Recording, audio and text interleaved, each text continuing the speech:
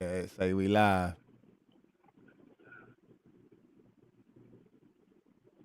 Gonna pull up a video here in a second. Have us like, okay, there we Okay, go. so I got, Can you see? so I got you. I I got you on YouTube. You can see me on YouTube.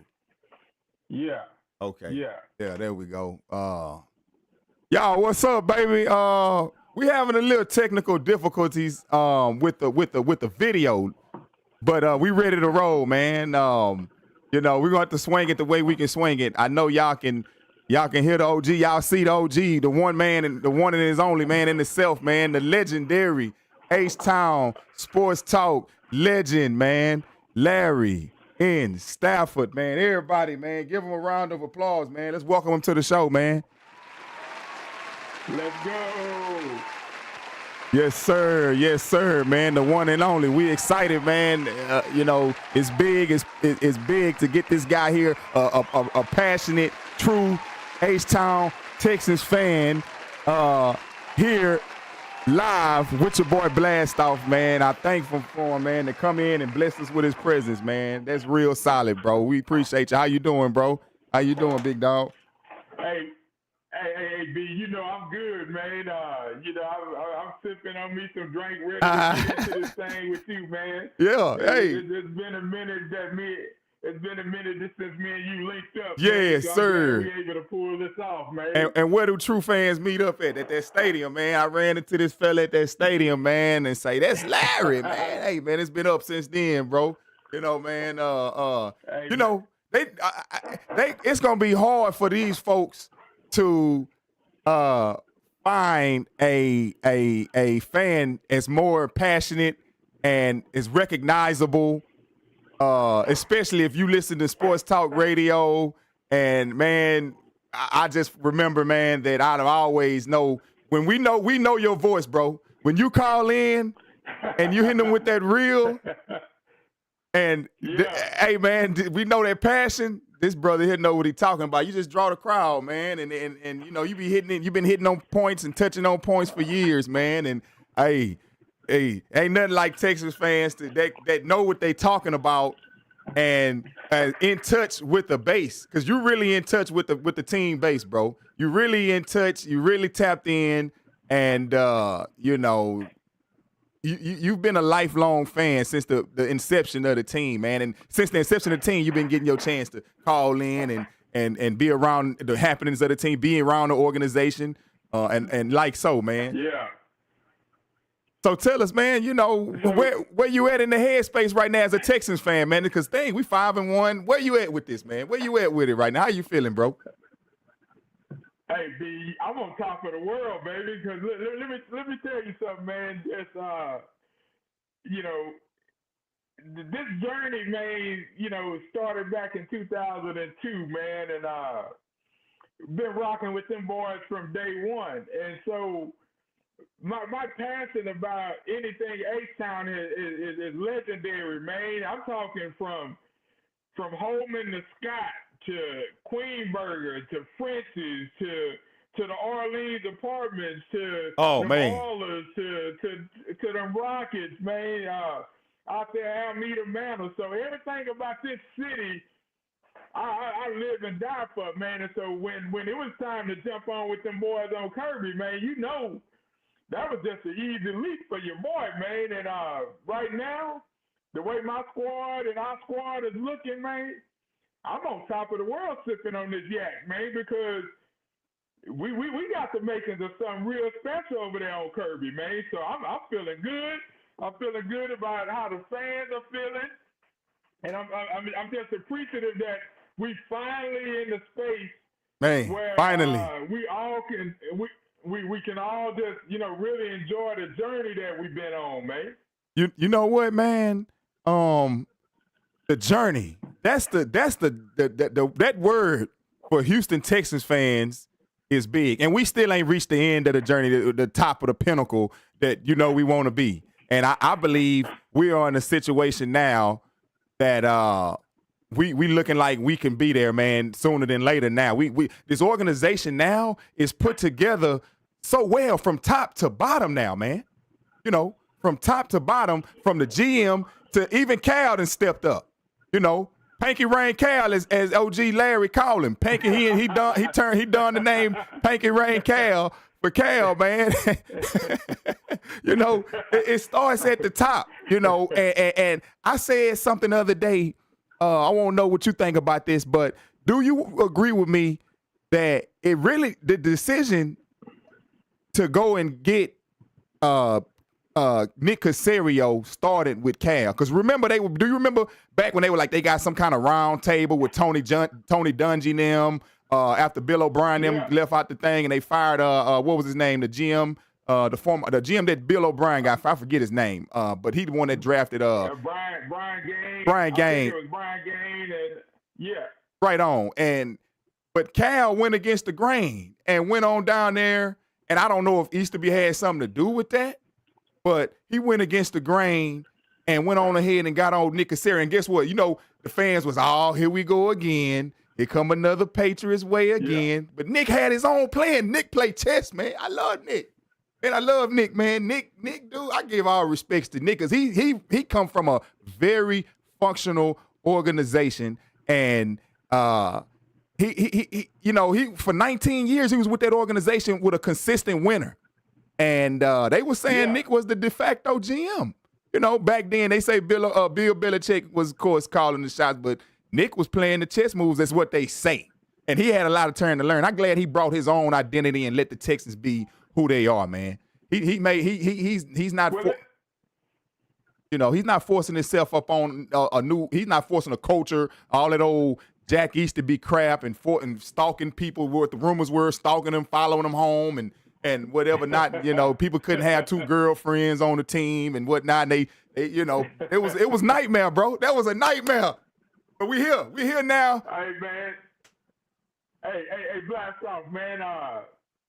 That time frame that you talking about, man, almost took a lot of us out, man. It was a dark time in the city, bro. Dark, bro. And I want to touch on what you were talking about with Nick. When Nick first, when the Texans started making those inroads and inquiring about Nick, man, you remember they all went back. That's when Nick and all them boys went back to New England to get that ring, and they was having that ring ceremony in New England, and then they were accusing the Texans of tampering with Nick when he went back to get his ring. I remember that. I remember that. Up there getting his ring, and so they was up there chopping it up with him, and so they've always had him on the radar to try to get him into the H, man. And I'm gonna be honest with you, man, because one thing I'm gonna do is I'm gonna tell you what I'm gonna tell you, bro. When they did it, man, I was one of those dudes who was like, man, I'm tired of us mimicking folks, man. I'm tired of us trying to copy. I wanted our own style, man, and I wasn't rocking with New England like that, man, because them hoes had been in the way for a minute, man. So I just wanted to get them hoes out the way. And so I was just trying to figure out a way to, just do our own thing. And so when Nick got here and Jack was still here, I just thought it was going to be a continuation of the foolishness that had been going on the whole time. Exactly. Bill and all this other stuff, man. And so I wasn't co-signing none of that foolishness, man, because the thing about it with me is I'm a standalone, man. I like my own identity, yes, man. Sir. I like being able to, rock with the H the way that's how like the way we rock with the H. We our own, yeah. Exactly. So when Nick got here, man, it was a tough sell for me, man. He came on the air, man, and was talking about he don't eat meat and don't eat barbecue and shit, man. And I was like, and then he was wearing sweater vests in August and shit, man. And I was like, hold on, dog. That ain't how we get down in the H, man. We gonna have to figure out a way to get that boy some of that barbecue in his life, man, to maybe just let him just loosen up the grip. And then, in the thrones of all that, we going through this litany of David Culley and Lovey and the Deshaun shit, man, going on. So I'm like, hold on, man. My squad cannot be this dysfunctional. Let me ask you something. Do you feel? I'm sorry, I ain't mean to cut you off. Do you feel as though Deshaun thought that same way? Because, he was or do you think? Because I know, man, I remember listening to you was real passionate about. Hey, you was upset about Deshaun wanting to dip up out of here. You know, you wasn't feeling that. You know, we all tried to do our best. Man, we had, bruh. Do you feel that Deshaun Watson was that same mentality? Like, man, y'all still want to do the same old, same old. Y'all still want to do the Patriots way and this and this and that. You know, do you feel like that's part of the reason? And do you? Because I'm for one that think that he kind of in the back of his mind knew what he had coming up with this drama that he was about to get entangled in. That it really wasn't out yet, but it was out, like rumors rumbling and da. That he was doing all that. Yeah. And I'm gonna go back to it, man. Do you think that was his mentality as well? You know what? I think what happened with D. Watt, man, is that he did have that notion that he had all this stuff going on in the background, right? Right on. And I think it got to the point where, and I still believe this to this day, that he's recognizing that he probably made a fatal career mistake by leaving, jettisoning himself out of Houston, man, because this city loved that dude, man. Loved him, and because he was the hope that we have been waiting on for almost 20 years, man. That just was gonna put us on the map, and the way he was balling those first couple of years, and right on, legendary. Everybody was rocking with him, man, and it was a sight to behold, man. And I think he got too caught up in his emotions, and I thought that everything was reactionary to him, and nobody could get to him. Man, my boys was trying to tell him, man, hey, man, come by the barbershop, man, and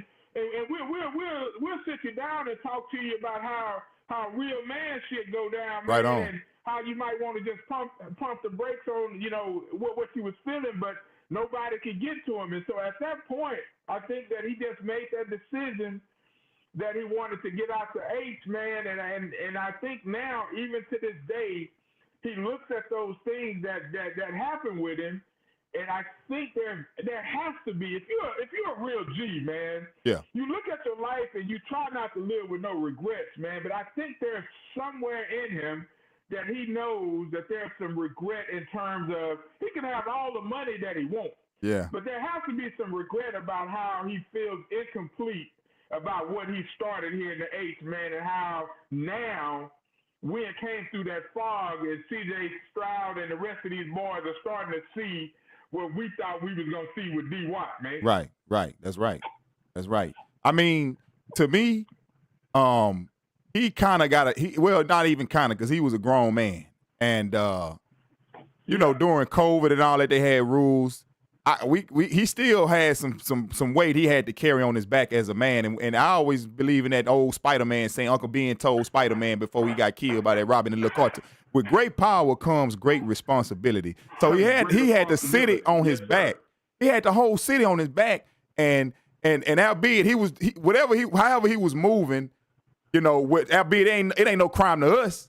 Because we know, but it's rules and regulations when you got the spotlight on you, and then you opening yourself up to parasitic people. When these are people supposedly that just normal people that are looking for a come up. So you exposed yourself to that, whether you did whatever they say you did or not. You still open yourself up by being caught up with people that are looking for a come up and any kind of way to get rich, and they don't care about you. You know, so man, that was hurtful, man. And Bill O'Brien, he tore his team apart, bro, back then. We was hurt. The whole city was hurt, man, when D-Hop left. Oh, man, that was a pain like none other, brother. You know, and that would. Yeah, go ahead, Larry. You got it.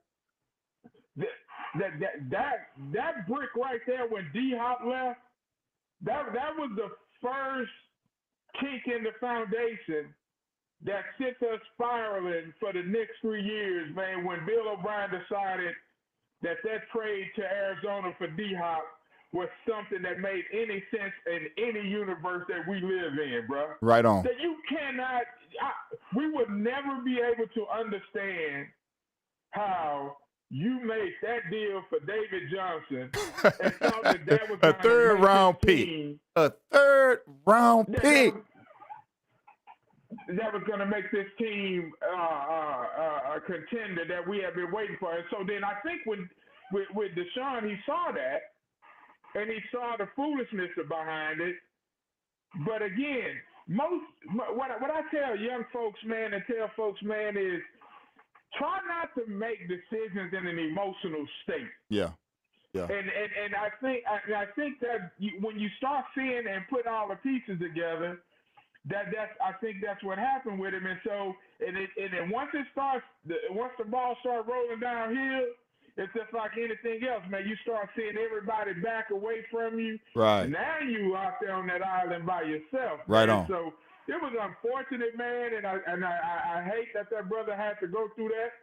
But some of those things were self-inflicted, and so exactly. you cannot be that dude in that position in this city and get caught up like that and be trying to move like he was trying to move, even during COVID and all that other stuff.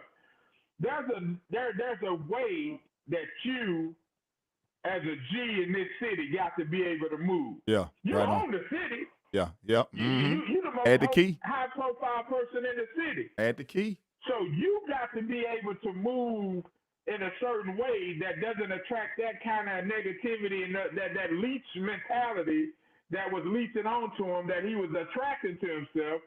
And he probably could have just figured out a way to continue to own the city. But unfortunately, once you allow yourself to get caught like that, man, everybody backs away, and then you just got to navigate that path by yourself. Yeah, right on. Well, I mean, so now that we're here at this point, do you think that are you glad? It's like saying, what's an analogy I can say? You had a nice girl and she was real nice, but then you ended up finding somebody like just putting like we with CJ Stroud now. Do you? I'm pretty sure I know the answer, but do you have any regrets, or would you trade? Would you go back to what we had if that stuff hadn't come out, or are you thinking that I'm glad we went through what we went through because we seem to have gotten a better guy? Look here, B. They have a rear view mirror on your car for a reason. Yes, sir. And I ain't looking back on shit. Yeah. I just ain't finna do it. Yeah. We 10 toes down moving forward. And sometimes you gotta lose things to gain things, right? Right on. And the position that we in right now, I wouldn't trade it for nothing in the world. Because you gotta think about it. There was a lot of heartache and a lot of pain that we went through in 2020, 2021, 2022. And so I'm of the adage, man, that it builds character, right? Right on. And we came through it. And so now you're seeing the fruits of that labor of pain that you came through with the likes of CJ, Nico, Tank. You see Will Anderson. You see all these things. But the main thing that we had coming towards that we really, really didn't appreciate until it finally happened was getting that boy number 59, man. Miko Ryan. Yes, sir. Crib. Man. From a leadership standpoint, the organization was rudderless, dog. That organization was just out in the Atlantic, just spinning its wheel, man, with nobody at the helm, man. Right. That's right. And so when D'Amico came in here, it calmed all the waters. And I think. And when I say. Oh no. Ahead. Oh, I think that it's just his relatability, man, across the board, man. He's young. He's innate. He understands them. He's a player. He's been in their shoes. He understands their rehab. He understands their pains. He understands when somebody get an injury. He letting these guys get their rest. he relatable, man. Like, dude, what's better? Some of these coaches, they can yell and fuss and all that, but the players will look at him like, dude, you don't know what it takes. Especially when you start losing a bunch of games. Miko knows what it takes, and we are the new bro. We hit hard like them Ravens, dog. People, when they come to I'm saying this because everybody know, no matter what, when you play the Ravens or you play a team like the 49ers, you finna get banged up. You're gonna get hit hard, smacking them off, and that's our defense's identity now, and I love that. You play us, people are scared to play us, or if they ain't yet, or the ones that have played us, they finna be scared. You know what I'm saying? They finna be scared, man, because the ones that ain't touched us yet. But B, here it's bigger than him just being relatable, man, and having gone through that process. Here's the thing about Cap, man, and I've had the pleasure of meeting him a couple times, man. I got a photo in my phone when him and his boys, when he played for the Texans, I don't know if it was his rookie year, but him and his boys had caught a flight to Florida, and then they was heading down to the Bahamas, or they was going somewhere, and we was in the airport in Florida, man, and me and D'Amico got a chance to chop it up. I got some pictures, man. It's one of my favorite possessions when it comes to pictures, man, and when I say it's more than him being relatable, it's about this. Leaders are born, man. Yeah, they are. When I say leaders are born, when you're a leader, it comes with these things that you can't just teach people. Right on. There's a aura about you. There's a lightness about you. There's a compassion, there's an empathy, there's a thing about you that is a natural gravitational force that makes people not want to disappoint you. Yes. And so when D'Amico Ryans walked into that building, and I got this on good sources. You saying as a player or as a – I'm sorry. Are you saying as a player or – because I've already heard it as a player he was a leader, but are you saying as a player or as a coach? Or are you saying both? I'm talking as a coach. I'm talking about as the coach now. Okay. You know what he was as a player. Yeah. I'm talking about from the moment him and his family got off of Pinky Ring's private jet and got into that limo and drove over to 1 Kirby Drive, from the moment that he walked into that building, the entire organization mentally flipped from the dread that they have been experiencing to seeing exactly what we are seeing now. Right I'm talking from the receptionist. I'm talking from the chefs in the kitchen, the training staff. There's a thing, man, when you are a leader, it's not just about individuals that you're leading. It's the whole thing. Yes. And that's what D'Amico Ryan walked into over there on Kirby, where that void had been so big, man, because of all the foolishness that was going on, that he immediately turned that faucet off and allowed that organization to catch its breath and start making positive inroads into turning that thing into what we are seeing now. Yes. Hey, the thing is, like we say, he was on a fast track to be a leader. They say he was that way since he got on the team. When he came to the Texans, they called him nickname Cap. And he's a leader of men. He's a leader of men. He gets them to play with passion and hardcore smash mouth football is what our identity is now. I think we're going to maintain it. And with the blessing we got, man, in this young brother, C.J. Stroud. See, one thing I like about him, man, is he's kind of he's just setting a new trend to me. And I know people been praying and whatnot, and I ain't getting into all of that, the religious aspect of it. But, hey, again, I said it on one of my last episodes. I admire a good role model, man, because there's too much of the other degeneracy going on in society. And for this brother to come out and say, hey, listen, man, I'm trying to work on my cussing and this and that. And, hey, he inspired me to kind of tone it down a little bit. I still go in because I've been doing it so long.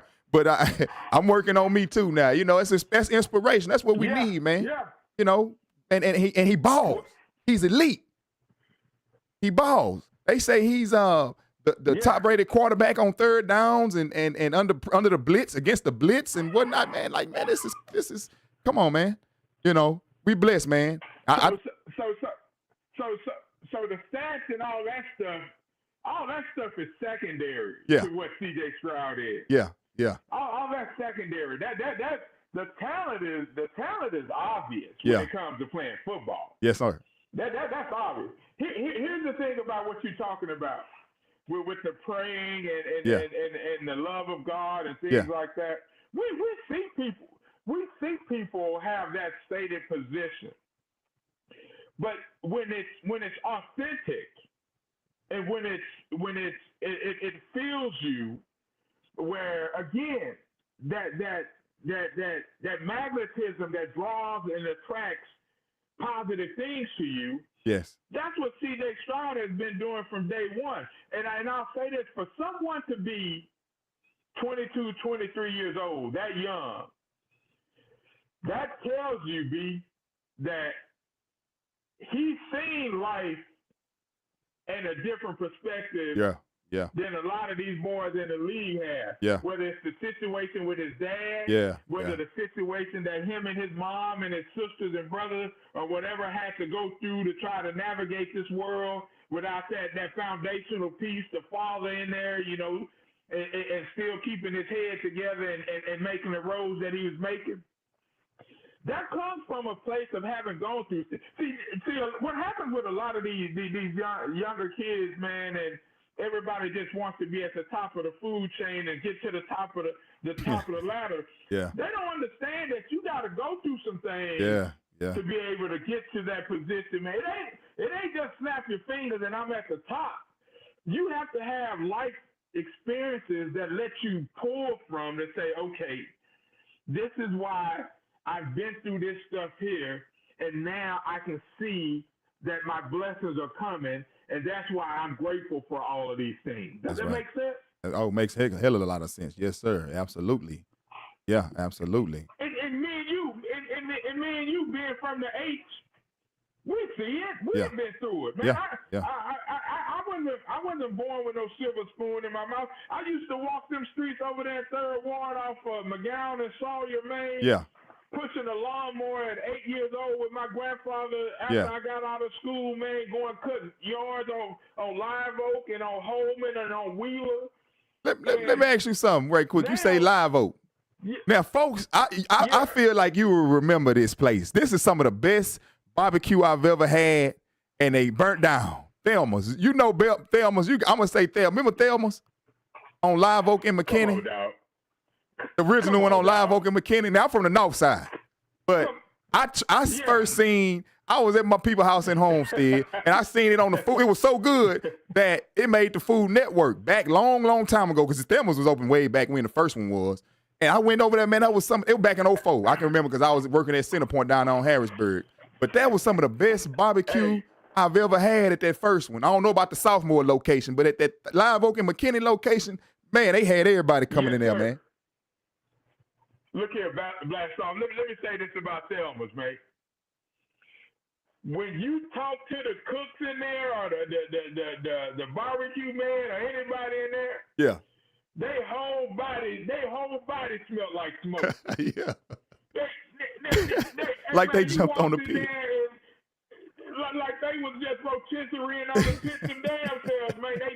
They was passionate about making sure our people in that area had some damn good food, man. Yeah, man. That was real good, dude. I could tell you stories, man. I grew up out there, man, and I live and breathe that area out there, man. I go out to Third Ward all the time, man, just to go kick it and chop it up, man, just feel that energy on those streets, man, because let me tell you something.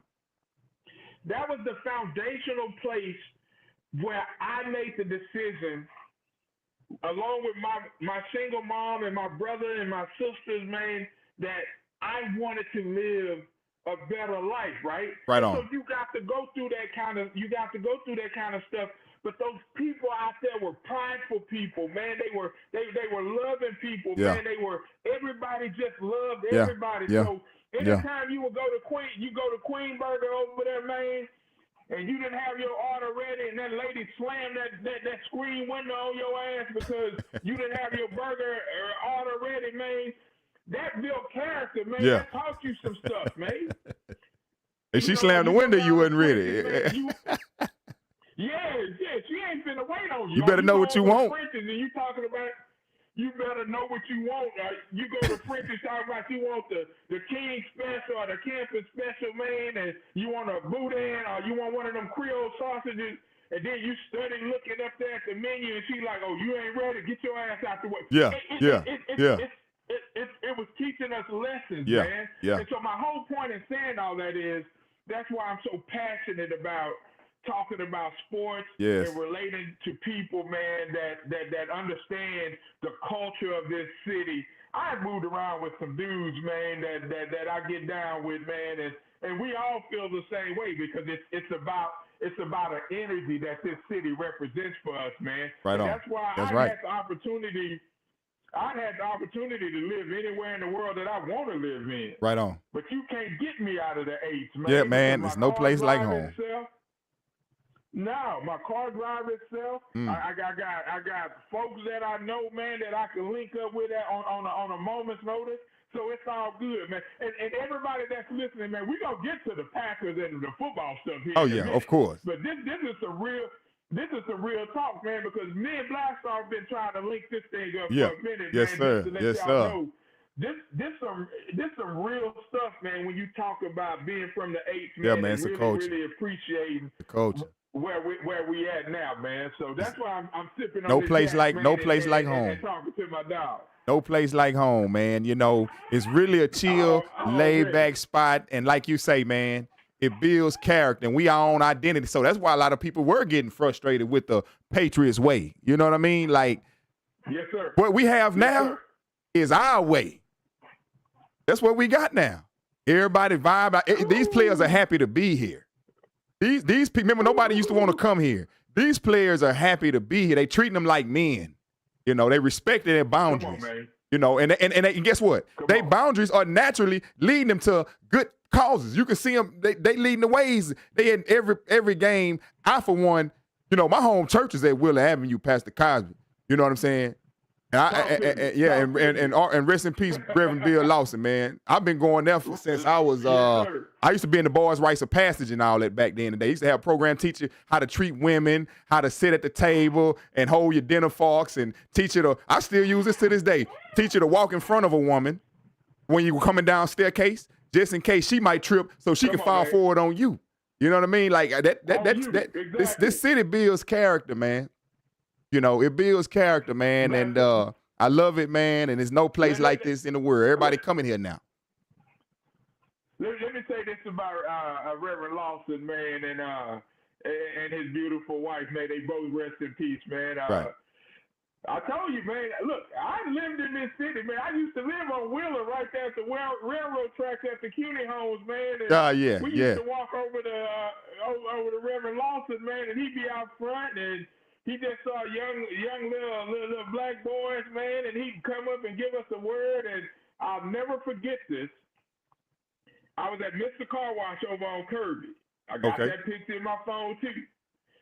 And him and Miss Lawson were getting their car clean, and I walked up to him, and I said, Reverend Lawson, sir, I got to get this picture, man, of me and you and the missus, man, because the influence that you had on my life and other folks' lives in Third Ward, man, is immeasurable. Right on. And I took that picture, man, and I sent it to Melanie, man, and let her know that her parents were a gift from God about how they really cared and were passionate about the community that we existed right there, man, whether it was at Robertson Stadium or over there at Shipley's off of Scott, or whether it was the entertainment center over there. I'm telling you, man, there's nothing that I can't talk about this city, but when you talk about Wheeler Avenue, when you talk about the fire station right across the street and all them boys in there, dog, we used to run over there as kids and just being passionate about seeing brothers and people that look like us that was doing a little bit better than what we was doing. Right. Yeah. Exactly. Looking up to them. That inspired us, and yes. that gave us that inspired us and gave us hope, man. And that's why we out here, me and you, chopping it up today. That's right. That's why I can get on anybody's podcast and talk about anything that you want to talk about. And if I don't know the answer, I can figure it out and get to the answer. So it's all love for me, man.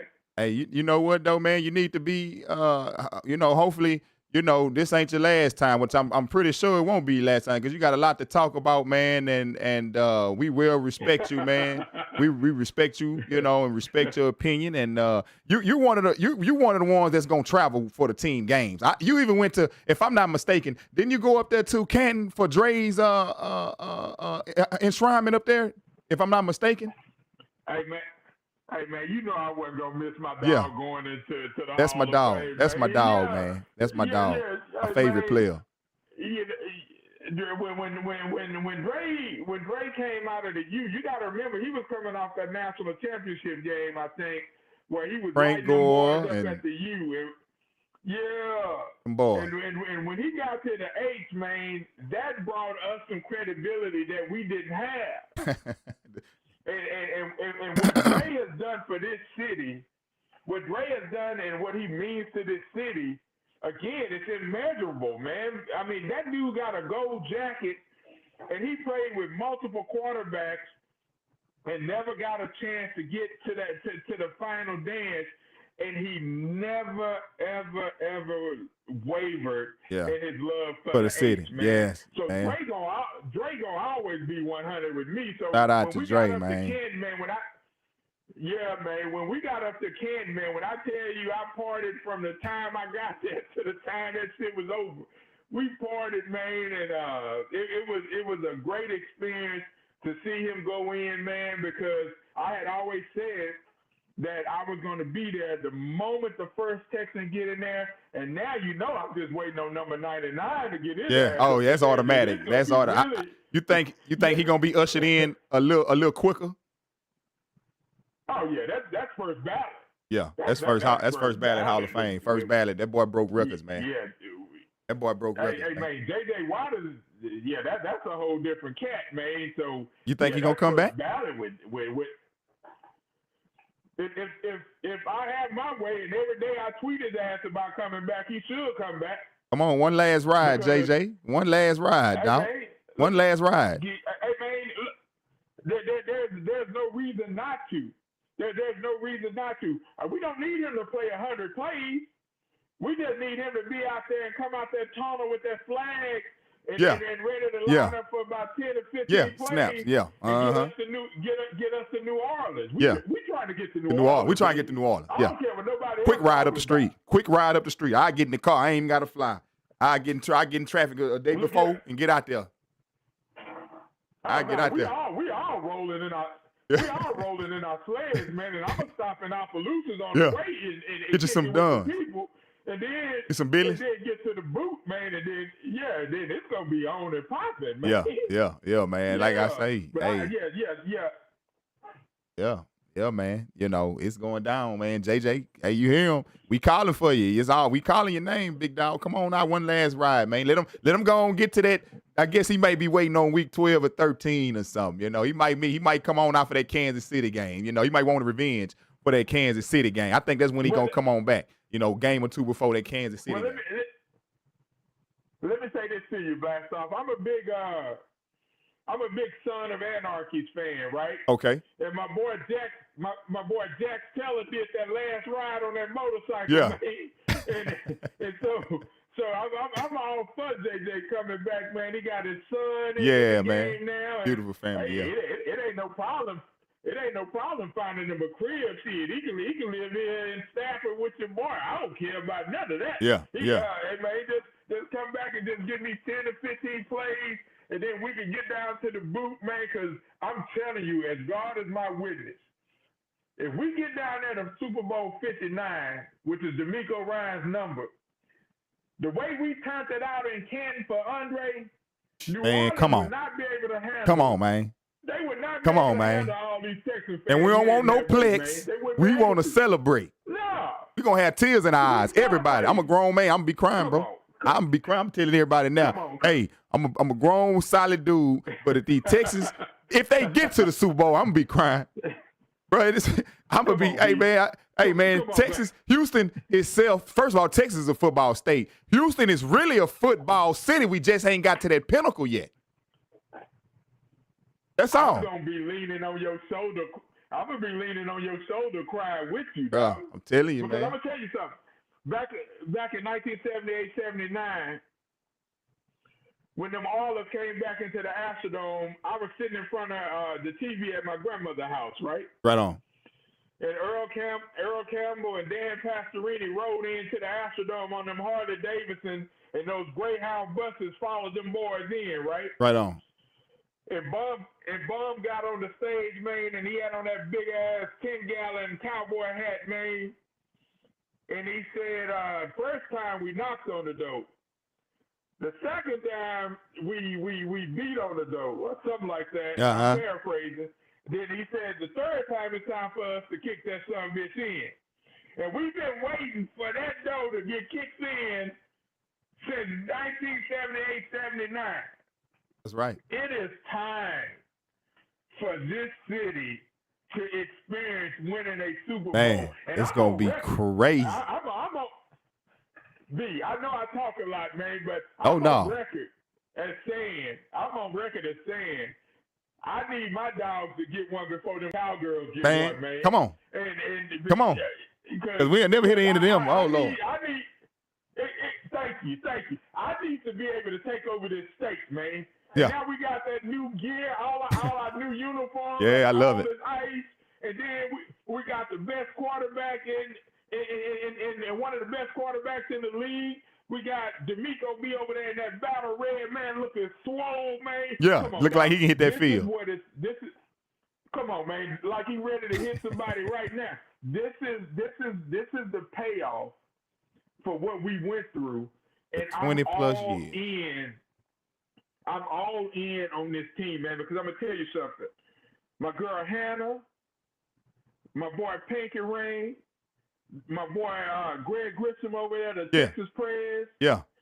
Omar, Doug Lossick, all these folks have made a considerate amount of dedication to giving us the best product on the field that we had seen on the field in 20 plus years. 20 plus years. Hey, so is this the best team you think we've had? Period, right? Because from top to bottom, I can't from top to bottom. Because we had Sharp on a good team, but Sharp wasn't C.J. Stroud good. Now, he had that one year when he balled out and won the MVP of the Pro Bowl, and he was a Pro Bowl QB.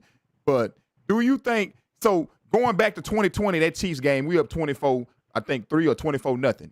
This team and this quarterback wasn't gonna pull that. Wasn't gonna do what this what they wasn't gonna fold like that. Not this current team. We would have been on our way to the Super Bowl because we would have went on next round and beat them, smashed on them Titans in the AFC Championship, and went on down there. That's what I think. This look. So when the Texans was given the franchise back in, I think it was 1999, or when they was awarded the franchise, and the tickets went on sale. I don't know if I would. I tell myself all the time I was the number one in line to buy them tickets, but I may have been in the top 20. I'm not sure what my number is. Yeah. And I got on board, man, and I had sat through. I remember when we beat them Cowboys 19-10, right? You talking about? And that might have been. The D-Hop Spinner Rooney? The very first game. Oh, you talking about back then. We won the Governor's Cup. The history of the franchise, the very first game, I think it was a Sunday night game. Bill Bush. I'm not sure, but Bush gave us that Governor's Cup. It was the very first game in the history, and we beat them Cowboys 19-10. Oh, yeah. And I'm telling you, that might have been the first night I made a phone call to Andre and Mark Vandermeer or somebody, because when I saw all the people walking out of that stadium with the joy of beating them Cowboys, man, and that's our first game, and we beat them boys. Your question to me is this the best team that we've ever had as Texans fans? This is the best team that we've ever had. Top to bottom. GM, coaching, staffing, OC, special teams coordinator. Our special teams is phenomenal. We ain't got no short. Hey, shout out to Tristan Jordan, man. He say it's long overdue. And Houston Texan Dave say it should be a good game. Yeah, it is. We're gonna touch on that in a minute. We'll give you guys a shout out tapping in on the chat, man. Appreciate y'all. If you're out there, man, this OG Larry-N-Stafford, man, live on the Real Texans Talk, man, came through to bless the show with his presence, man, and talk some real Texans talk from two Houston guys that's really from here, love the city. We live and breathe this team. They dictate our moves through a week. They dictate our moves throughout the week. Yeah. You go. They give. Hey, I done heard you cussing a minute. Start slow it. You know. And let me ask you this: what do you think now? Are you still? Are you giving Sloyd a little grace now that we 5-1? Have you seen a bigger picture? You know. Or what do you think right now? What do you think, man? I know you was off on Sloyd, hey, man. You was going off on Sloyd, man. Hey, Blastoff, look here, man. Look, I'm a hard dude, man. Yes, sir. My kids, I got heavy hands, man. My kids understand that I'm passionate about a lot of things, man. I don't have time for a lot of foolishness, man. Right on. And when you tell me as a Texas fan that I got Joe Mixon, Nico Collins, Tank Dell, Stephon Diggs, and C.J. Stroud, in my mind, as Larry-N-Stafford, your ass should be putting up 40 every game. Yeah. I don't care. Hey, man, you should be, if you the one over there pulling the strings on that over there, right, as Bobby Slowick is, right.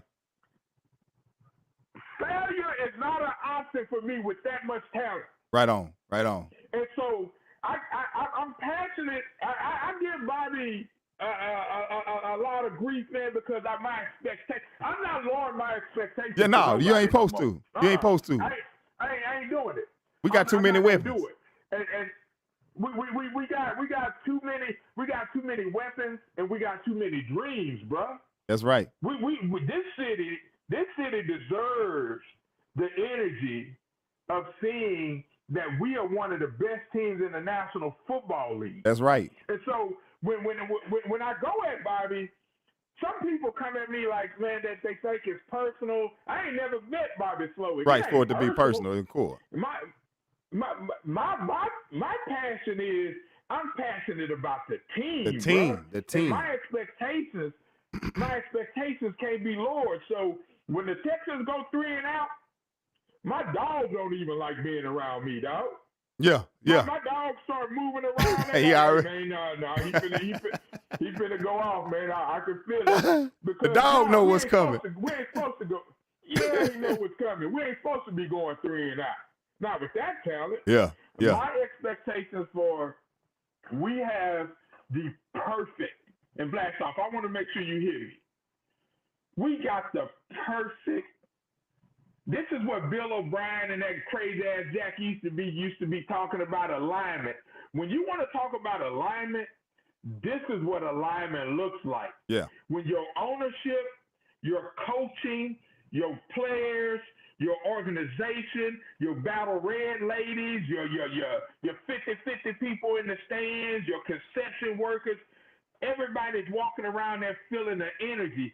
That's what alignment looks like. I'm real big on energy. Everybody in sync. I'm real big on energy, man. Everybody's in sync. Because that makes everything flow like water is supposed to flow, man. Right.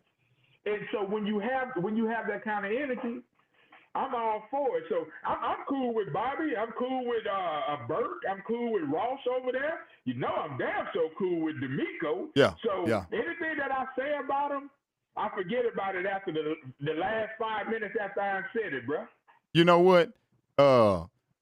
And one thing I'm gonna go along with what you just said, man, is from top to bottom, we really don't hear any infight. Remember, they used to say people throwing each other under the bus, and you hear rumors of Bill O'Brien really got rid of Rick Smith, and he got rid of Brian Gaines. You don't hear that, man. I know it's still fresh.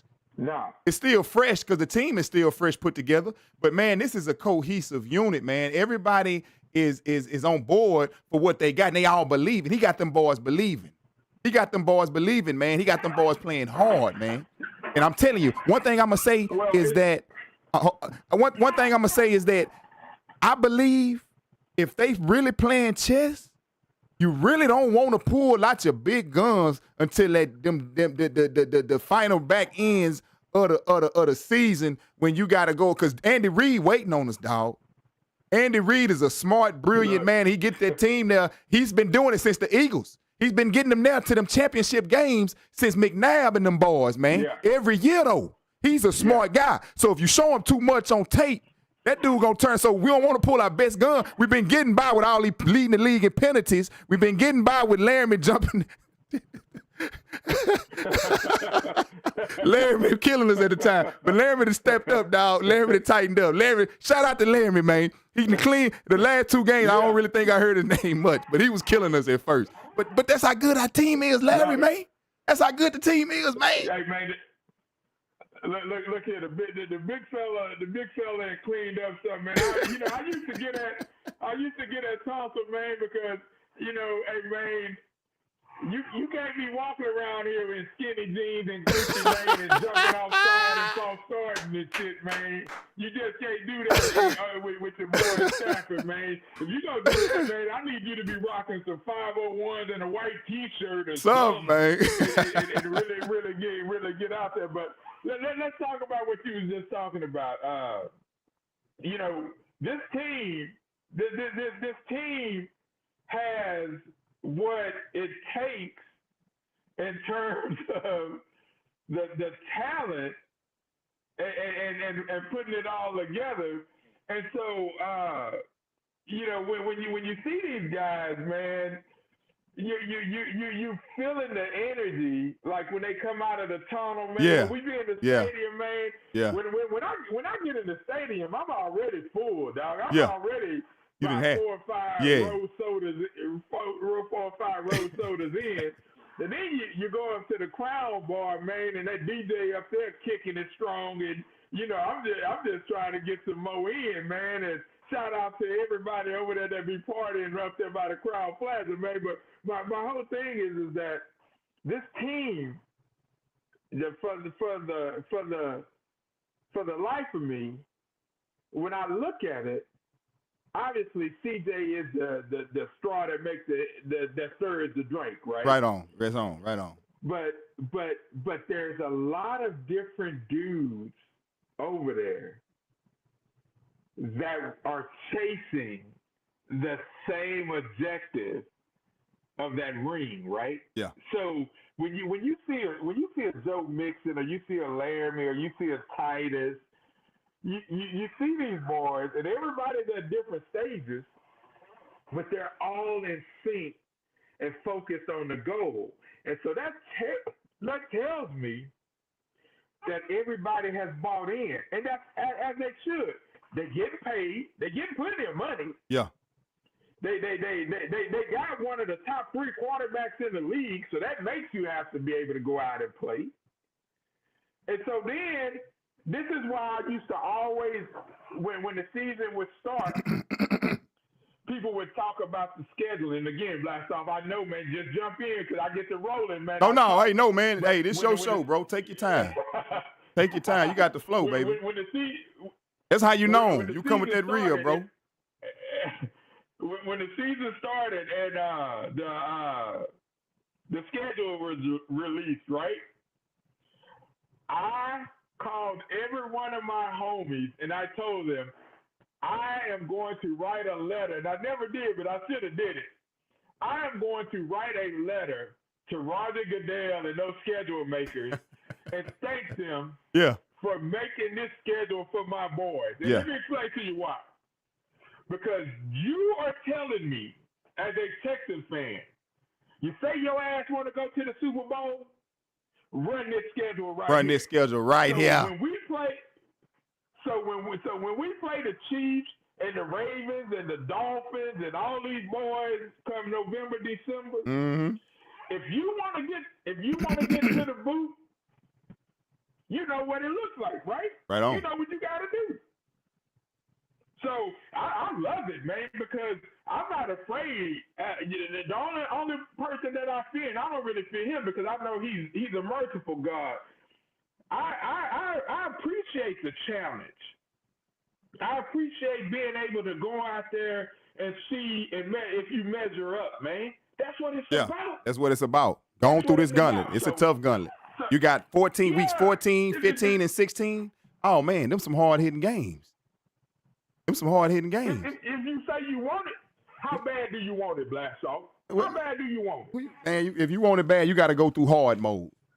And I believe personally, this is the best time right now for this situation because the Chiefs ain't hitting on all cylinders, but Andy Reid gonna have them boys rolling come mid-season towards the end of the back end of the season. They gonna be rolling. It's just gonna happen. They trying to go for ring number 3 in a row. They trying to make history.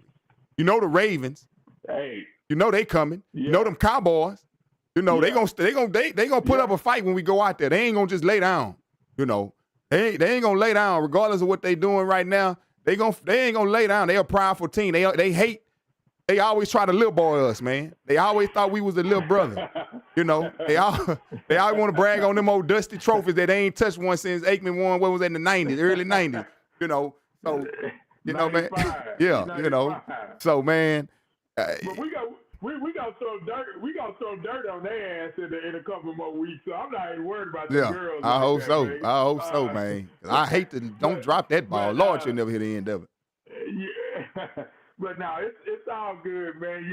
The thing about it and the beauty about Texan fans and the beauty about your podcast, the beauty about the H-Town Rundown. The beauty about the spaces, man, and things like that I dip in on, man, is this. There's a cabal of Texans fans that have the kind of passion that I have for the H, man. Right on. There's a whole cadre of us. Just because you're not on the radio and you're not in the stadium or you don't have season tickets. Yeah. There's a whole lifeline of people around this city, whether it's over there off of Lockwood and Kelly, whether it's over there in Acres Home, or whether it's in City Gas, or over there by Chicken Plus, or the burger spot, the Nickel right there off of I-10. Right on. There's people that love this football team, man. Right. Because as we navigate this thing in life, if you're really honest with yourself, there's only a small amount of things that really bring you pleasure, man. Right on. That's There's right. only a small amount of things. And these Texans is one of them.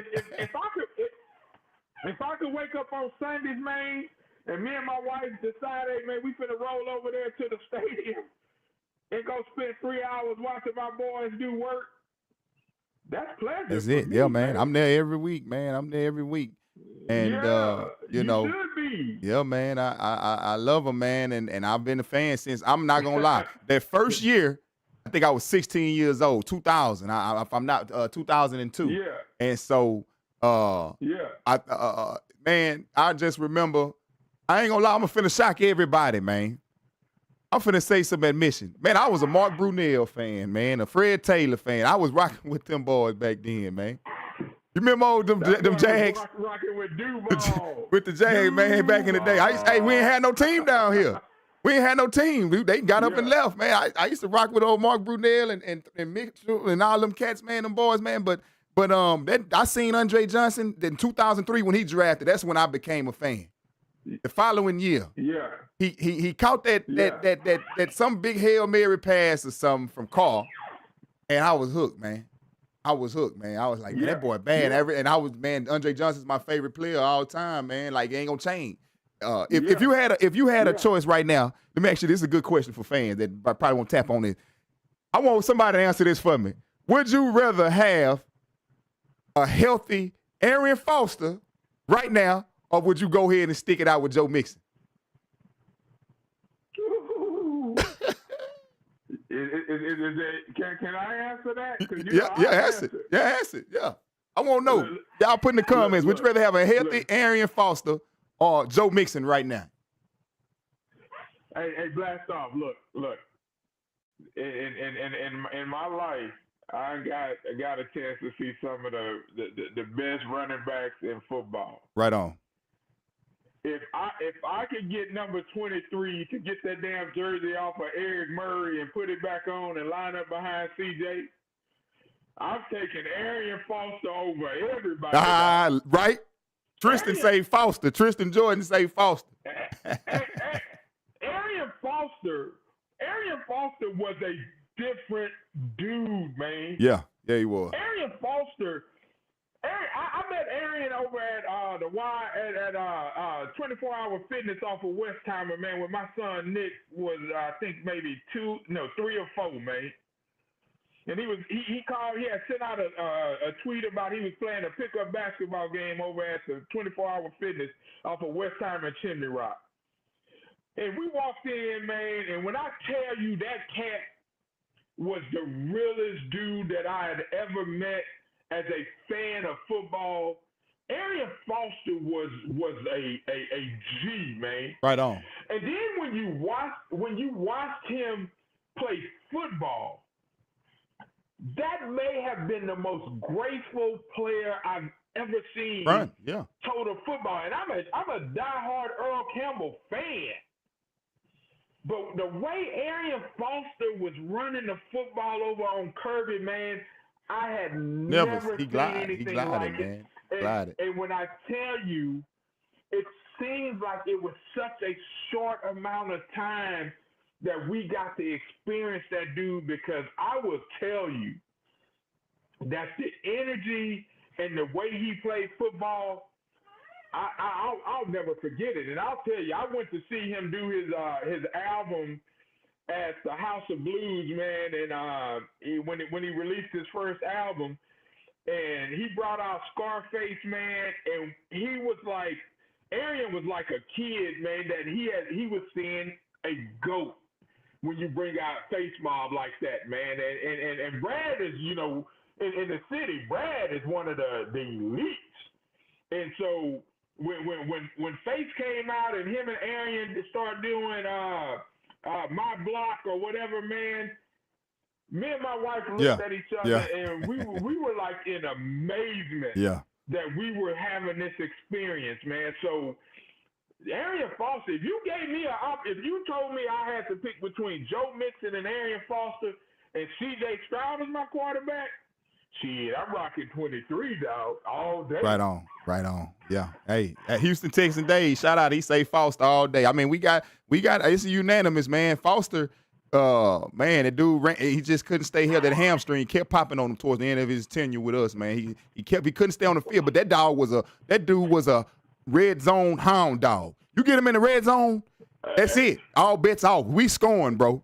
And I hate Bill O'Brien for that day. Remember that game we lost with he wanted to put it in Fitzpatrick's hands, man. I think that was 2013, 14. I want to say 2013. Yeah. And he wanted to put the ball in, and Foster was going off that game. He was tearing him up. I forget how many yards he had, but he was tearing it up. Foster was so good, he literally carried us in games. The Chicago game that night, Chicago was 7-0, Texans was 7-0, and that rainy weather that night in Chicago, and Sharp hit Foster for that dive and catch touchdown when the Bears was running through everybody with that elite defense with Peanut Tillman and Danielle Manning and all them boys, I believe, back then. Say, man, Foster carried us against the Ravens in the playoffs. Jacoby Jones fumbled that ball or whatever he did, muffed that punt. But Foster was running, man. Foster was carrying us, man. Foster was a bad dude. Foster could carry you, dude. Blastoff, real quick. Oh, that Chicago game. I think that may have been a Monday night game. A Monday night. It was a night game. It was a Monday night game. It was a night game. It was a Monday night game. I was there. Oh, you was out there. And it was raining, And when Foster caught that football and hit that pylon, man, and when I tell you, when we was walking out of Soldier Field or whatever, right on. That again is in my top 10 experiences. Yeah. Of football, man, because you're right. The Bears was just Peanut was killing everybody. Yeah. Peanut and all them boys. Stripping. He take that ball at the peanut punch. The peanut punch. He was punching that joke out. Sir. And so when Arian hit that pylon, man, and scored, man, I'm telling you, we walked out of that stadium. We had to walk about 10 miles to Michigan Avenue just to get out of there. But it was one of the best experiences I've ever had, man.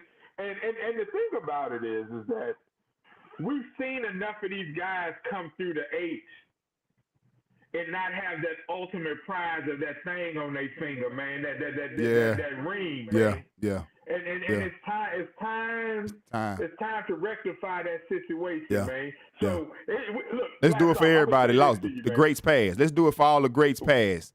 You know, let's do it for all the ones that came in. Let's do it for Hopkins. Let's do it for Hopkins. I love Hopkins, man. He was doing some.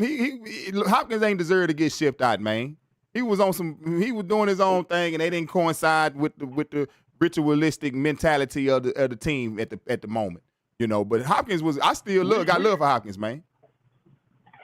Look, I love D-Hop too, man. Hey, man, when you wore that battle red, deep steel blue, and that Liberty white, I rock with you, man. It just is what it is. But look, Blastoff, me and you gonna be on this stage reminiscing the whole night. Yeah, let's.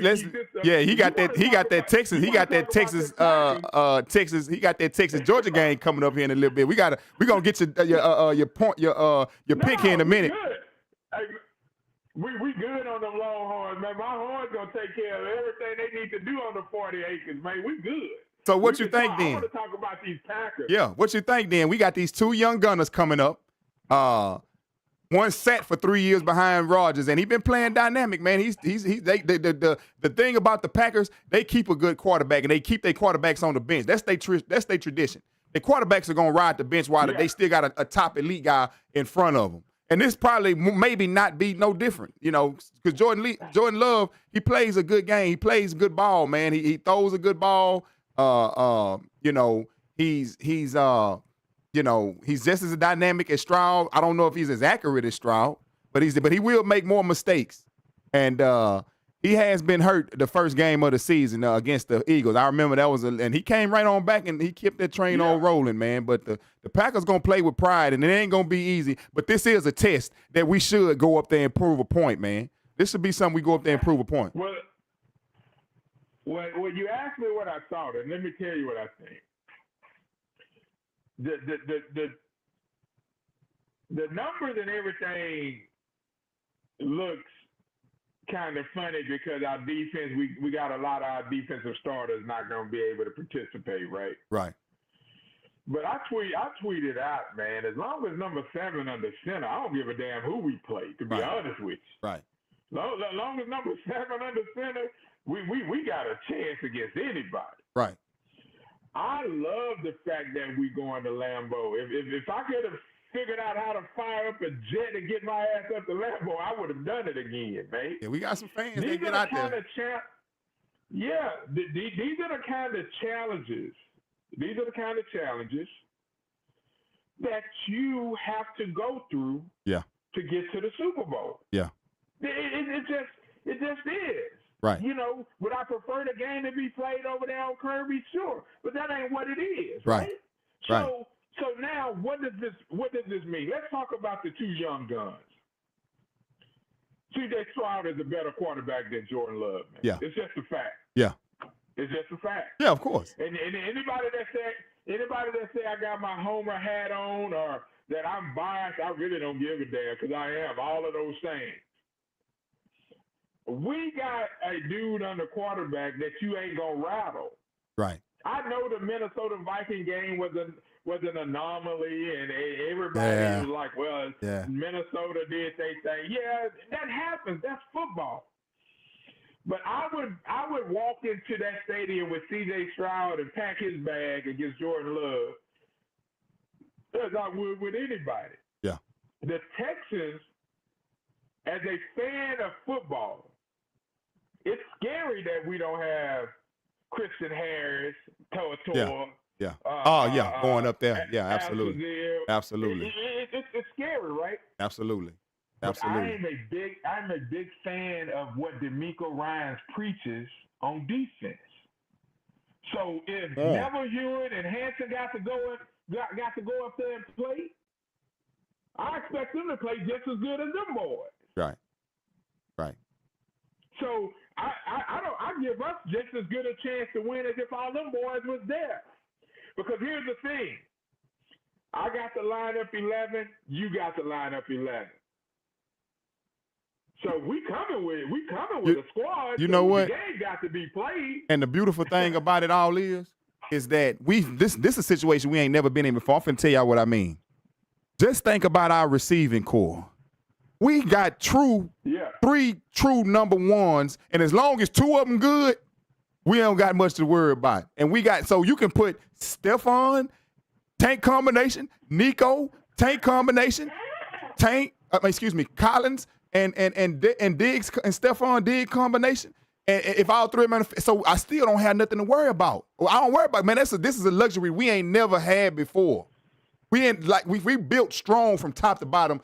Kudos to Nick Caserio for playing chess, man. While everybody else was playing checkers, while everybody else was saying this and that. Hey, man, that guy, he was just keeping it calm and cool, and he was like, yeah, look, I'm finna build we basically, bro, I think that we kind of are built from the draft. You know, like the Golden State Warriors were. We got all this young talent, and you think about it, the greatest quarterbacks have won their first 2 or 3 years under their rookie contracts. Man, Brady won, I believe, his second year. Ben won his second year when they lost that game. I forget back in I want to say 2004. They lost that game, and he told Staley, he told Big Ben, he said, man, come on back 1 year. Kyle, y'all come on back. I'm gonna win. Y'all promise you. You know, second year he won. Eli, you know. The Paytons in the world, man, these guys, they tend to get the best out of them when them deals are low. You can put them teams around before they get too expensive. You know what I mean? So we on the right track, man, and I think we're going to be there. With the stats, they got number one against the blitz. You're going to need that. This guy is cool and collected in the face of pressure, just like Brady. That remind me of Brady. He'll tear you apart. Payton to tear you apart with that blitz. This boy is historical, man. Well, you look. You're not going there. You're not going to Lambeau void of talent. Yeah. You're not going there where the weather is going to be an issue. You may not have every single weapon that you normally would have, but it's football. It's 60 minutes of football. So.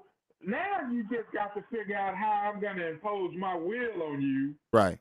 Versus letting you impose your will on me. The Texans are going to be just fine. Yeah, just fine. Just fine, guys. Don't worry. Offensively. Just fine, guys. They're going to be just fine. They got everything they need. Defensively, we get Danico Autry back. Yeah, that's going to add up. This might be it's gonna add up. This might be the game that Hunter and Anderson, eat some more. Cause that's gonna be the keys to the game. And I think they're gonna eat. Yeah. I think Hunter that NFC what is that, the NFC North. I think he just like eating out there, man. Yeah, that's it. I think he just like eating out there. Yeah. He familiar with these guys. I think he gonna have a good game. They wheeling him. They gonna have a good game, man. They're gonna have a good game. Don't panic. And I know a lot of people were down on Stingley because of that old BS touchdown that Butte got last week, but that don't faze me. Stingley gonna do what he gonna bounce back. Gonna do what he do. And so my whole thought process is that I know DeMeco and all those guys have formulated a plan. We understand there are some limitations on what some of these linebackers can do, but they brought up Dez King today, so that he could return kicks because Sims is injured, and he could play on Reed in the slot and things like that. And I think Neville Hewitt and Hanson coming in now for the linebackers.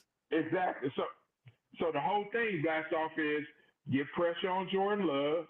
What up, Shaquille? Contain Josh Jacobs, and when you have the football, don't put up threes, put up sevens, man. That's all. It ain't the game ain't never that complicated. So what's your keys to victory then? Over three. Give them your keys to victory. Give them your keys to the victory, man. To give everybody what you think is gonna get us in and out of there with a victory. Win the turnover battle. Win the turnover battle. Try to create some turnovers. Control the clock with Joe Mixon and Dameon Pierce. Try to make the Packers have to bring their safeties up, right? So that Tank and Diggs and I'm thinking Xavier Hutchinson and Messi and Dalton Schultz and all them boys could get behind their linebackers. Okay. And I think that one of the keys is going to always continue to be is I just need number 7 to go out there and play like we know he's capable. No, he's capable of playing. He's been doing it. Who you get at? Who you fought for that last interception? You fought Schultz? Schultz got to tighten up, but I think Schultz going to be all right. In the New England game? Yeah. That's what you're talking about? Yeah, when it hit him in the hands. Yeah, I've been on Dalton ass hard, man. Y'all want to? He got a clip. He been on Dalton. Yeah, I got it clipped up on Dalton. I got a clip of what you said about Dalton. You can't be getting $12 million and making my quarterback hit you in the hand and you ain't attacking the ball. No, dog. Yeah. I need you to big face somebody, man. I mean. Your expectation is you are supposed to be my quarterback safety valve. If we come in at you, that means my dude and went through all his progressions to find all the other dudes, and you are the one that he knows that he can get the ball to. Dog got to step up, man. Yeah. And I don't know I don't know what it is. I don't think he's pouting. There's no reason to be pouting. He's getting targets. So the thing about it is that you got to produce, man.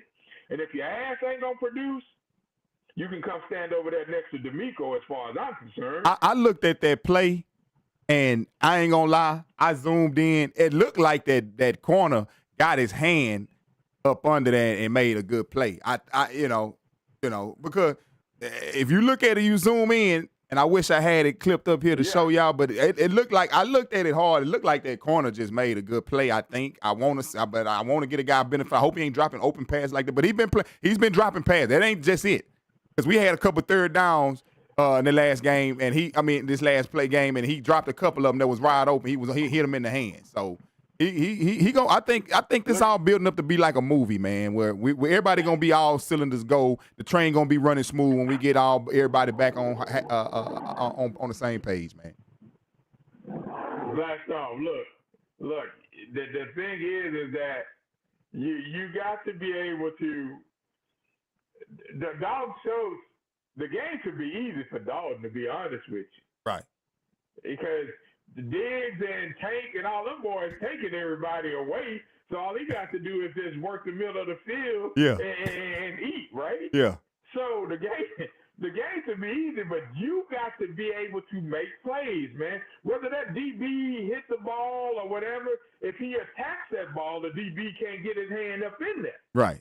If he attacks it, if he high points the ball or whatever, the DB is not an issue. The thing about it is that he needs to ramp up his energy, man. I've seen enough of Dalton Schultz in these games that it doesn't look like that he's playing at the type of energy that he needs to be playing at. That's a problem for me. Somebody say Larry is like fine wine. Who was that? Houston Texans Day say Larry is like fine wine. He gets better with a win. Hey, that's all of us, dog. Hey. That's all of us. You gonna make me open up? Hey, I keep a little something. I keep a little something on the table now. This mine here. This mine a choice. But when I want to get, I kind of laid back, fell back. But hey, man, I gotta have me one too. I gotta have me one too, man. Shoot. Look here, Blastoff, some real stuff, right? Check this out.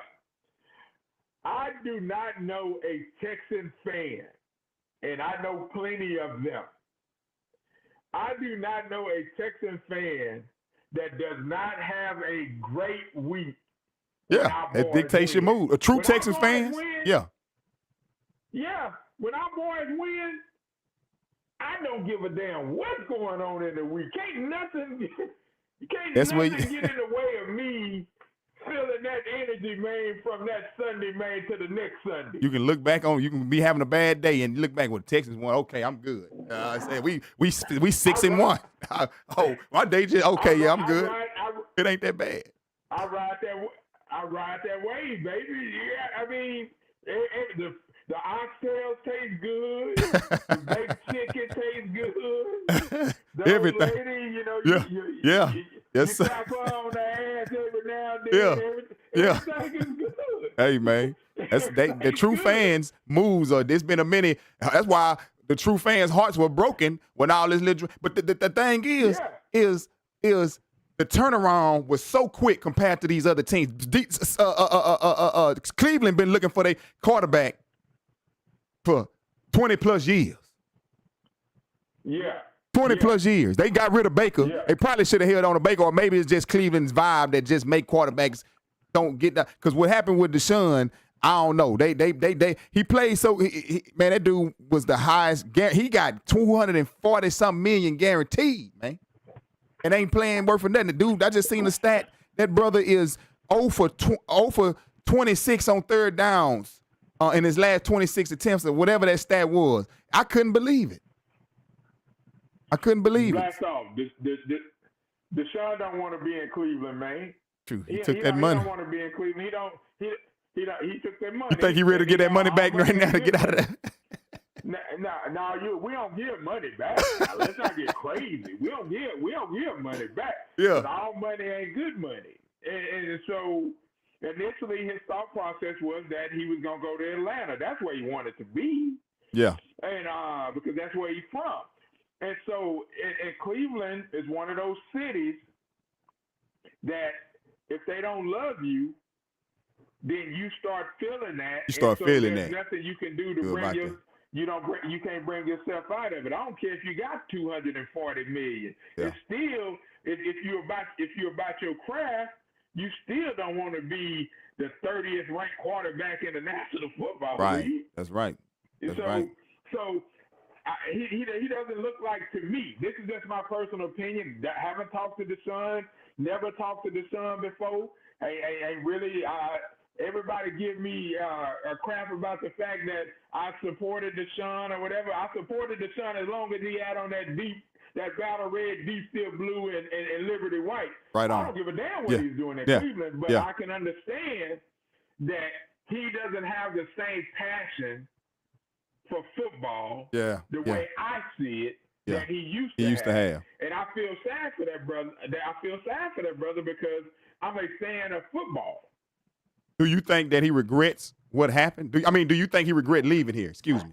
Do you think he regrets leaving here, or do you think it was too much pressure with these accusations and stuff came out the way he just wanted to get out of here regardless? Well, I definitely think he regrets it, and I think if you understand the psychology of people and you understand how we deal with people, there's no way as a man that you can have these kind of thoughts in your brain or in your mind and it doesn't take a toll or effect on you. Right. It's impossible. Yeah. No matter what, because we as humans have a desire to be liked. We have a desire to have people respect us. Right. We have a desire not to have these kind of issues pinned on us like a scarlet letter, right? That's right. So it's taking a toll on it, and the $240 million doesn't change that. That's right. It doesn't change that. So I know that it's affecting him because I just look at people and I can tell when certain things are bothering certain folks, you don't play the way that you're supposed to play, or you carry that burden and it looks like it's really heavy. Yeah. I mean, he don't look happy anymore, man, and he was riding high even before when he got to Cleveland, But again, man, it's all full circle, man. Life comes full circle, and again, I'm gonna just leave on him, end on him about the fact that with great power comes great responsibility, man, and you got to play the game very smart when you got that much, spotlight on you. You got that people. It's always somebody the most people that one of my statements one of my sayings is is the people most celebrated or the people most hated. The ones that win the most or the ones that's hated the most. Think about the Patriots. They was winning all the time. You know, and everybody was still hating on them. You know what I'm saying? When you got that much, the more you win, the more attention you get on you, good or bad. So, you know, exactly. It was people praying for your downfall, bro. So, you know. The moment that you ascend to the top of the food chain, it's a whole bunch of people snatching at your ankles to snatch your ass back down. To snatch you back down. Let me say this to you also, Blastoff. Let me say this to you also. As someone that has kids, or I don't know if you do, but man, I got them. I love them. We love them, but we tell our kids the same stuff, man. You have to be aware that your name don't just belong to you as my child, right? Mm-hmm. Your name don't just belong to you. What you do affects everybody that carry that name. So that burden that you putting on you doesn't just affect you. So you have to be able to move in a way that you don't dishonor yourself and you don't dishonor your name. Your name, your namesake. When it's all said and done, that's really all you got. Right. That's it. So how do you want to be viewed in this life? I want to be viewed as somebody that's passionate about sports, that loves his family, that understands that this ride on this rock is for a limited amount of time. That's right, man. And just enjoy some of the things that the good Lord has blessed me with. Yeah, that's because right. Because when it's over, I ain't trying to regret nothing. Yeah. So if my wife pick up me a bottle of Crown Reserve, or if she pick up me a bottle of Yak or something, and I can go light up a cigar or whatever and smoke one or whatever, man. Those are the little victories that I cherish. That's it. Yes, man. Because we know how quick it can end. Hey. So that's where your boy at with this. What's your prediction on tomorrow's game, man? Give us a prediction, man. Hey, be honest. Give us your honest opinion, whether win or lose. You know, what do you see the Texans at, man? I'm gonna give my honest opinion. Y'all in the chat, man. If y'all can tap in, I got something special. If y'all stay in till we about to wrap this thing up not too soon, because my boy, he got to go represent them Longhorns, man. See them Bulldogs, number one. Longhorn number one in the rank right now, ain't they? If I'm not mistaken, he got to go represent them. He got to go represent them. He got his old yak on him. You know what I'm saying? He feeling good. He came on the Real Texans Talk. You know what I'm saying? 27-24, Houston, Texas Day, Texas. I see you, baby. You know them Horns, the number one team in the country, man. That's how we get down on the 40 acres, man. But look, my prediction for the game tomorrow, man, I got it 31-17, my boys, man. You say they smashing them. That defense nasty enough to do it. I just believe that C.J. Stroud and that offense can put up numbers, man. And then after we got on track the way we did in New England with Joe Mixon and Damian Pierce running that thing, man. Yeah. I think we could just put up numbers, man. Yeah. So, you know, that's what I'm going with. But, you know, I'm always pick my squad. I don't give a damn if win, lose, or draw. Right on, man. Hey, and so here go my thing. I'm going to give two scores. I'm going to give one score, but this score going to go either way. This score going to go either way. It can go Packers or Texans. Let me tell you what I mean, guys. Don't nobody jump down my throat. I'm saying I was about to. This is what I'm saying. If the Texans if they go out there with all them penalties and false starts again, if they go and regress to the habit of the mean, because they mean right now, they the number one penalized team in the league right now. If they falter, if they don't play Chris football, if they giving up every game, Larry, if you don't remember, every game this year, and a lot of these passes have been dropped, the opposing team has got a shot over the top over that secondary, and a lot of times they drop him. Anthony Richardson hit on a couple of them that first game. I think that your boy Caleb Williams, he tried one time. I don't remember if he even went deep once. I know in that third game, against was that the Vikings?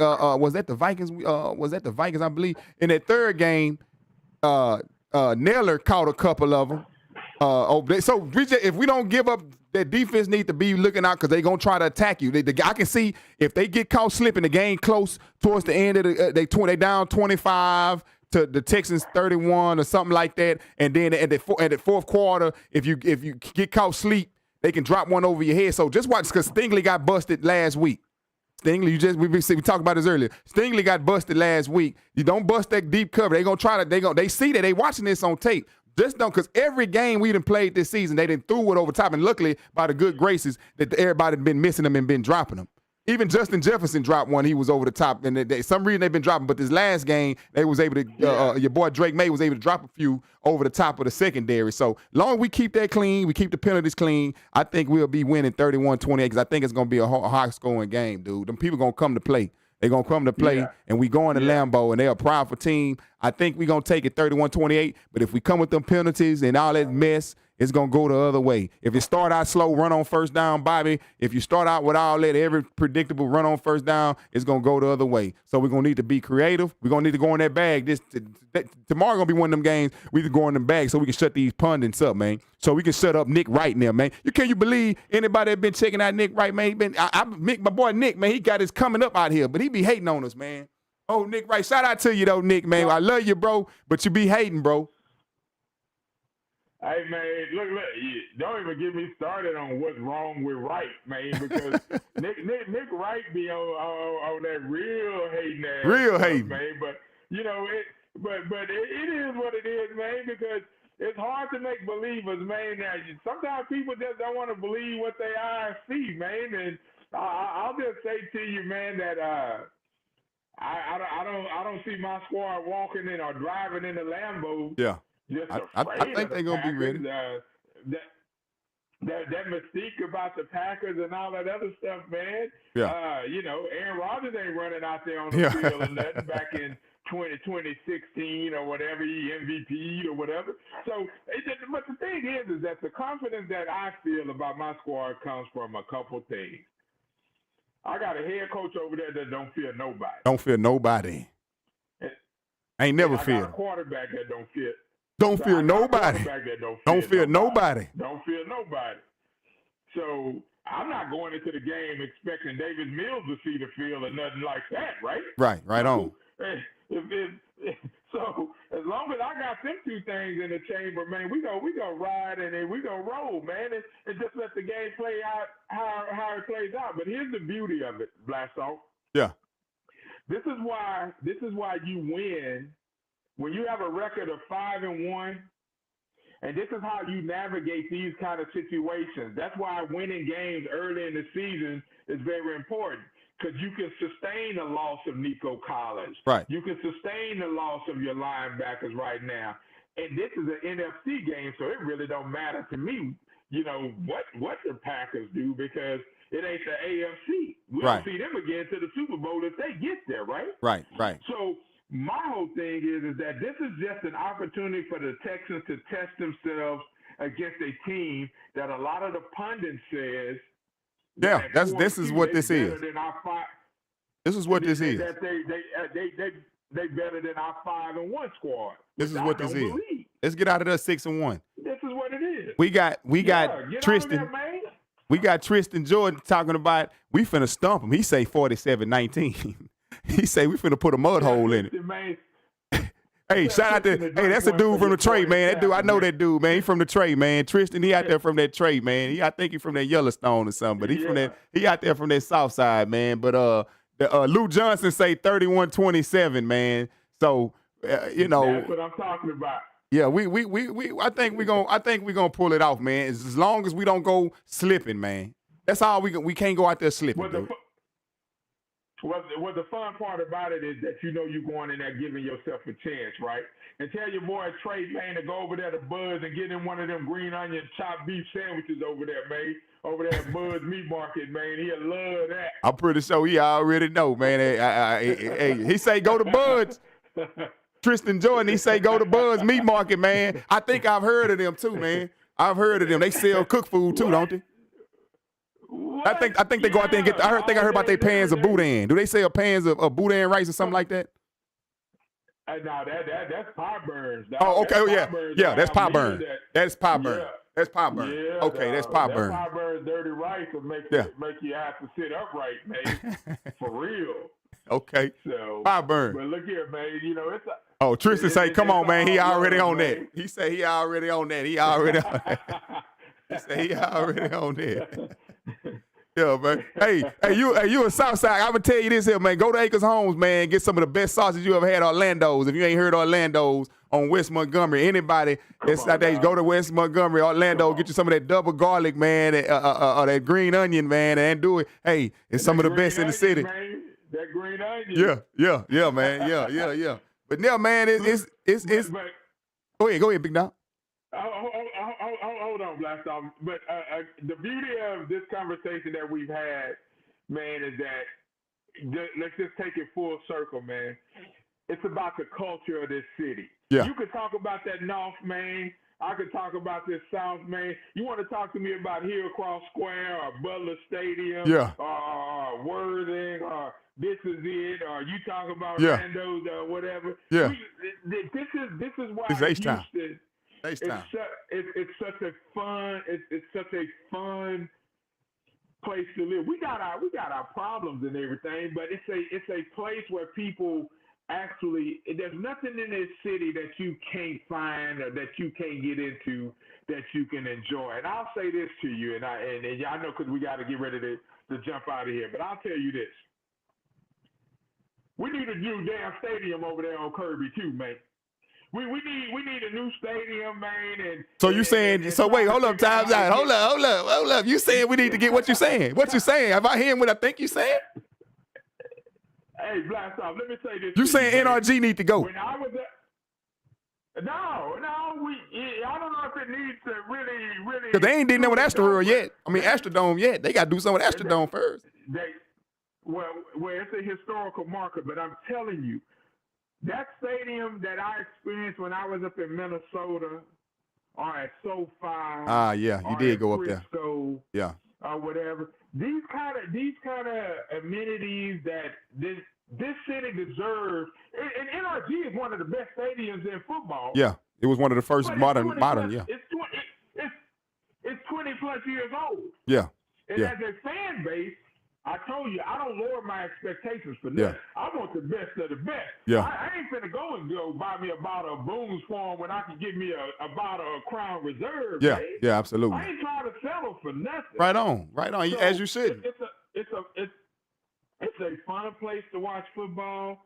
I just think that with this team, with the new uniforms, with the new energy, these renovations and things like that, the city deserves to be able to feel that kind of energy, man. That's all I'm saying, man. I just got that in, man, because I know they listening. I know the mayor and everybody else are listening. They like, what the hell Larry talking about? Hey, and talking about y'all ass need to open up them. They gonna open up them pocketbooks.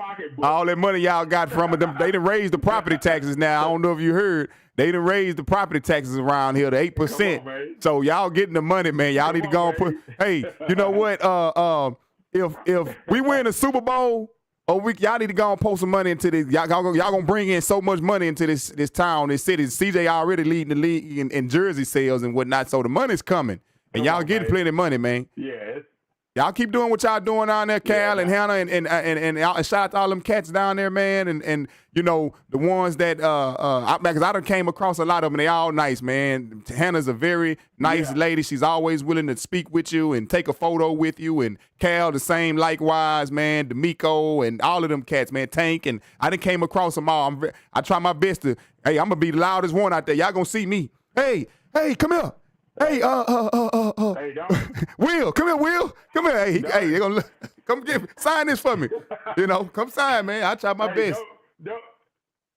Boy, don't even get me started on that Hannah, man. Ooh, Yeah. man. But I understand it, Pinky Ring. I Yeah, understand. yes, sir. Yeah, he got a Man, queen. look, He has a queen. Yes, sir. hey, He has a what they call him, a hip. He has a hip. He has a hip. yes, sir. Proverb yes, 30, sir. So, what is Proverb anyway, 31 wife? Yes, sir. But now, man, this has been fun, man. This Yeah, has been good, absolutely. man. Like I said, man, I've always appreciated your energy, man. Yeah, I've man. been Thank on you, man. over there looking at your Real Talk podcast, man. Oh, I thank don't you, know man. about that going to Mars shit. Man, but you and the Preds, man, Thank you, man. Y'all do y'all thing. Shout out to the Preds. And I like that. I like that kind of energy, man. Because here's the thing again. I'll continue to say this, and I know people get tired of hearing me talk, but I'm big on people's energy, man. I like people that are moving in this space, man, in a way that they bringing something that's gonna bring something good to folks, Right, man. yeah, So yeah, all these boys, whether it's AD or Barrett or Pastor or Mike, shout out to them whoever boys. that we interact with, whoever we interact with, man, we all trying to just learn something, man, or just gain, or just have our opinion heard, man. So when I see you doing your thing with Blastoff Entertainment, man. Thank you, man. I'm a big supporter of people people out here that's grinding, man. Yeah, and this thing ain't easy, man. No, man, not at all. I've had people offer me podcasts thousands and thousands of times, man. Yeah. And I do my thing and I move how I move, man. But when I see dudes that's really putting in the work, man, and laying the foundation. Thank you, man. I'm honored, bro. This city. Thank you, man. Yes, sir. Doing what's good for this city, man, and really prepping up this city.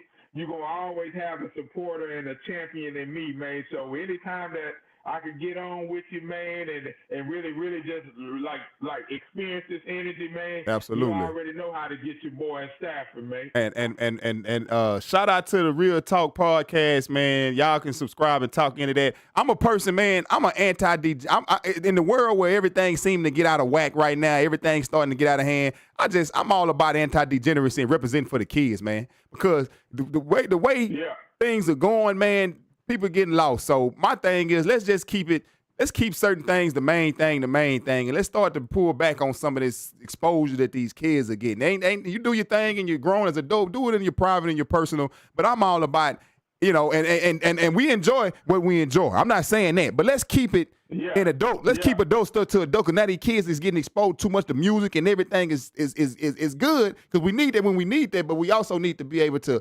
dictate what to shield these kids from that stuff, man. There's certain things, but I mean, hey, I ain't preaching nobody. I just stand on what I stand on, and at the end of the day, man, everything don't have to happen too fast, man. Yeah, it's okay to slow and easy that thing, man. And, because it's life, man, and you just got to. You don't have to get to the red light first all the time, man. Take your time and really just enjoy the journey, man. That's how we started this thing, talking about this journey that we've been on with these Texans. Yeah. And now you understanding that over that time period, we've experienced these things, and now we get to sit back and really truly sip on some real good stuff, man, and really just go, okay, let's really enjoy this thing, man. So it's about that for me, man. And like I told you, it's really just a fun time to be a Texan fan.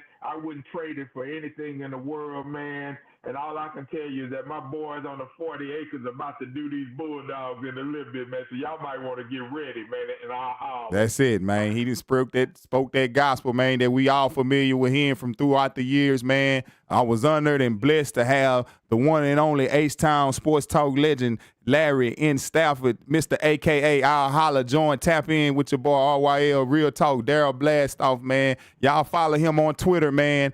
Give him all your contacts, man. Give them all everywhere they can find you at, big dog. It's real simple, man. It's Larry-N-Stafford on everything, man. Yeah, and Larry-N, the letter N, Larry-N, the letter N Stafford. Yes, sir. The letter N Stafford, man. So, and so y'all tap in, man, yes, and check out Mr. Larry on radio all the time. You turn in on that 610 and 90 and what is it on ESPN? I didn't hear it over there with your boy and them, Gallant and them, and back in the day. You can talk to, you came across with everybody, man. Lance Zerline, them, all of them. Yeah. Yeah, man. Yeah, they know you, man. Yes, sir. Local legend. Look here, my boy Pendergast told me to tell you hello today, man. What's up, Sean? Hey, yeah, man. He's a solid dude, man. I love Sean, man. He been representing. I call in all the time. I told him I have to get up there, man. He say in the blue line. I've been telling him for the past year. I told him last year I was gonna pull up, man. It was crazy. He was at an event last year, and my mom was up there, and she was at an event for the something with the Texans, man. I can hear his voice in the background. I say, Mom, is that a dude, a bald head white guy? Is he up there and this and that? And she say, yeah, man. I say, show me the. I say, I say, man, that's Sean, man. I say, I love Sean, man. She say, he say, what's up, Blastoff? What's up, Mr. Pendergast? You know, hey, man, he's a real solid dude, man. He come with that real, and he's got, I don't know what's going on with the midday show. I'm loving what they got now. They got something new going on. Seems like they had a little something in the back, but I love them all, man. I love them all, man. I ain't got no plex with none of them, man. Yeah. Landry, all of them guys, man. They all do good, man. They all bring something different to the table, and we all need that, bro. We all need that, bro. It's all love, man. We all just trying to enjoy the ride, man. So shout out to all them boys, man. And again, for all the ones that don't know, sometimes you may think I'm a little abrasive, man, and some of the things that I say, but I just feel what I feel, man. But I'm telling you, it don't never come from a bad place, man. And most of the time when I'm in the stadium or I'm just moving around the city, most of the people that I interact with, man, they always appreciate, my energy, man, and my passion for my squads and boys on Kirby. So it's all love for me. So, man, let's get this win tomorrow, man, and have another good week, man. What you think gonna happen in this Texas Longhorn game before you go, man? What you predicting, man? Hey, man, they lucky they left that Bulldog in Georgia, man, because Bevo was looking for him, man. So I'm just thinking that it's going to be a good game, man. You got two good quality programs. You got two good solid head coaches. Both of them coached at Bama with Nick Saban. And the Longhorns, I just think, got the better squad, man. They got the better quarterback, better running back. And that defense over there is just dirty, man. So anytime you come on the 40 acres, man, you got to be able to play some football. So I'm all for what them boys are going to do, man. So I'm just going to sit back, fry me some fish, and get ready to enjoy yourself, big dog. Well, there it is. Y'all heard it there first. We're going to close this thing out, guys. Again, I thank Mr. OG Larry-N-Stafford, man, the one and only H-Town Sports Talk legend, for stopping through. I want to announce that this upcoming Coast game, I will be giving away 2 tickets to the upcoming Coast game coming up here next week. So all y'all have to do is follow me on Twitter at Blastoff_ENT. And I'll post it that I'm going to give away the ticket. So just retweet it. So you share it and retweet it. And I'll be picking 2 lucky winners, man, next week. I'm thinking I'm going to do it next Friday. I'm going to hold the drawing Friday. So let's give everybody a chance and give to go ahead and get their entry in. And I will be giving away 2 tickets to the Houston Texans Coast game coming up after this week. So you guys, we appreciate you once again, man, rocking with your boy, Darryl Blastoff. I am your host. And I thank you once again, man, to Mr. Larry, man, for coming through, man, and spitting that real, man, like he always do, man. And we're going to do it again, brother. But, again, man, thank y'all. And you've been listening to the RYL Texans Talk. Y'all stay tuned, man. Subscribe to YouTube. Subscribe to at Blastoff ENTCO. The details scrolling across the bottom of the screen here, all that there, man. And just go on Twitter again. And like I say, follow, retweet, and whatnot when I post it, man. So you can follow, so you can see the tweet when I'm giving away these tickets here tonight. I'm gonna post create a post, advertising the ticket win entry, man. So you guys go ahead and tap in, man. We thank you again, man. And y'all have a blessed day, man. Appreciate you, Larry. Enjoy that game, big dog. I'm finna go tap in too. And find me some, man, you sound good. Sound about some fries and fish, man. That sound good. I might have to copy you, man. Appreciate you, big dog. Hey, I appreciate that, man, and I'll holler, dog. Peace out, Doc. Peace out, man.